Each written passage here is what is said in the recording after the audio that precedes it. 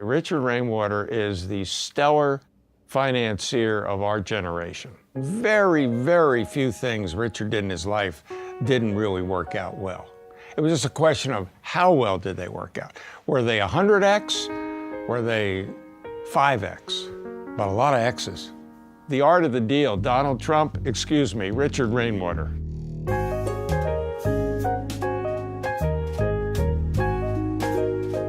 Once he gets into something, he's 125% there with great passion. It's an old cliche, but part of being good at anything, part of being a good manager at anything is to love what you do. I'm not sure there's ever been anybody that was more excited about doing deals than Richard. Lots of people have to compete with other people who are really killer bright. He finds ways to bring them on his team. He had an extraordinary ability to judge good people and then had the genius to let them go. We like you, we're backing you, we like the deal, run with it. If I had to summarize any one aspect of Richard, it was the way he would relate to people at their core. When you're with somebody and you're talking to them, be with them. And if you do that, then good things happen. I mean, he has a way of making people believe they can do things that they themselves didn't think they could do. And then people go out and do it. One of the things he says is that you have to look at scenarios A through Z, and most people only will look at the middle. They'll look at the most probable outcomes, and he says you got to focus on, as he says, friggin' Z.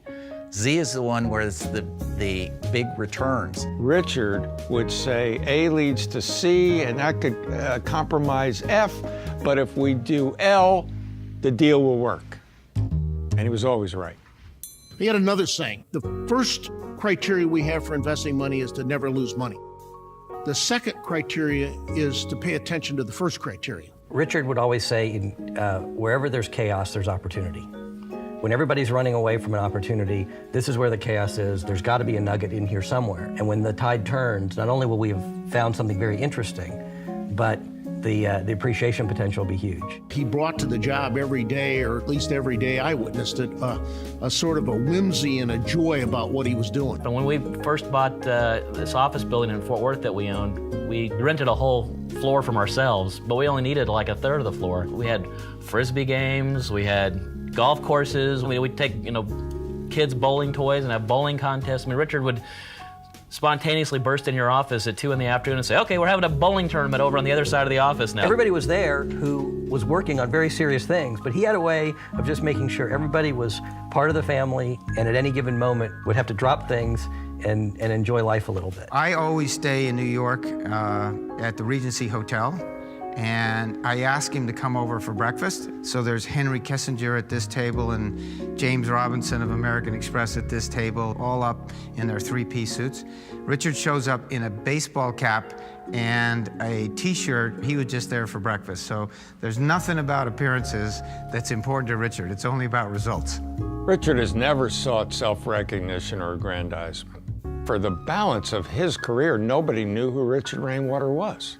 Richard should have received this award 20 years ago, and then 15 years ago, and 10 years ago, but every time any of us proposed it, he would always say, no, there's somebody else who's more deserving. I haven't done that much. I mean, I've been lucky.